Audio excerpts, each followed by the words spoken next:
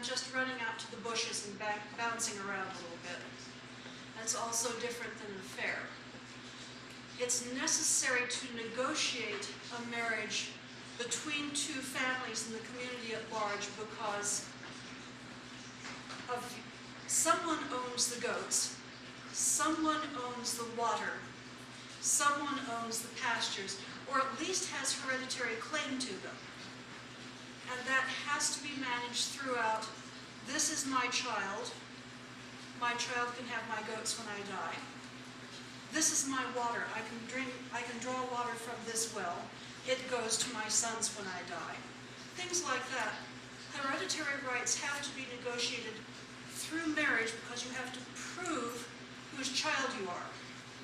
Now, a woman knows her children. A guy? Not so much. Not so much at all. So the night of the Henna had a long series of negotiations everywhere that Henna ever went. First, there is an arrangement between families. They've got to have visible exchanges of gifts, and the gifts usually include henna. For one reason or another, possibly just in preparation for the wedding, you bring these gifts over, usually some textiles, jewelry, a couple pairs of shoes, henna, and the two families negotiate, okay, will you take decent care of this daughter, or at least will you pay us properly for her, that sort of thing. Then once that is negotiated, there will be a ritual bath, both of the bride and the groom. Now for the bride, it's usually a very, very young girl up until the end of this century. A bride was most often about 13. She was frequently considered marriageable. The law was if she had 3 pubic hairs, she was an adult. So, yeah, that's a little young. Kind of makes you want to wax. Anyway, the village bath, the women's bath, would often be a marriage brokering station. And the bath attendant and the henna artist was often part of the marriage brokering system because the henna person, the hair groomer, like your hairdresser here, she knows everyone's gossip, she knows everyone's dirt.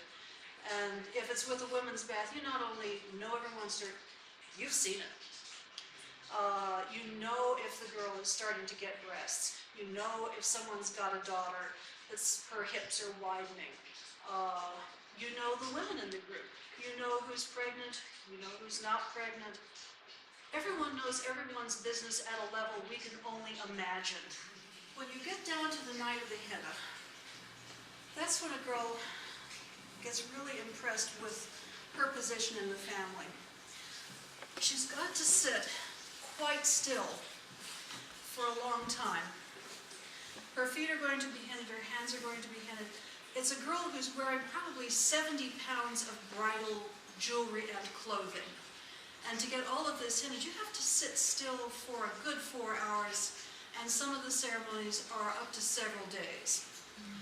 Now, the learning of submission. Those of you who've been around 13-year-olds or have 13-year-olds, can you imagine them sitting still with strangers touching them for 4 hours? Or can you imagine a wild beast hissing and screaming? Yeah, that. But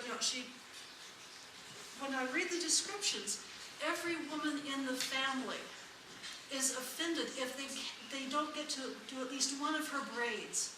Her hair might be in 50 braids coming down with little ornaments on the ends. Everyone wants to come up and do some of the henna and fuss over her clothing a little. It's teaching the girl, you're going to a new house, you are going to have to, one's coping skill or another, shut up and submit. Because eventually you'll be the female head of the household and you'll get all the power, but this is the only way to get there. The wealth display is part of the night of the henna. I mentioned that the girl would have on up to 75 pounds of jewelry. I'm not kidding, 75 pounds clothing and jewelry on a girl that's probably just hit 60 pounds. She's weighed down pretty good there. but the family wants to show off as much of their wealth as they possibly can, because when the girl goes to the new house, they don't want the new family to treat her as some trivial little thing that they can be mean to. They put all their money that they possibly can into showing off to the community, we're wealthy, we're substantial, and we've got all sorts of goods. Now, in Yemen, North Africa, when people don't have the money to drop huge amounts on the wedding, you rent the jewelry, you rent the gown, and there are bridal specialists who are the henna artists. And it's very interesting that the community don't like them too much and don't trust them very much, because why is she charging so much? She's rented out that gown 130 times this year alone.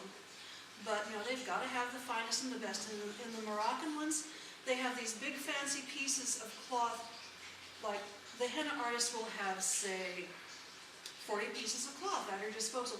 She'll arrange them in different layers on every bride, so it looks like she has a completely different outfit on. When everyone comes to the night of the henna, and that's all the family, people drive in from as far as they can possibly get there, everyone has to have some henna.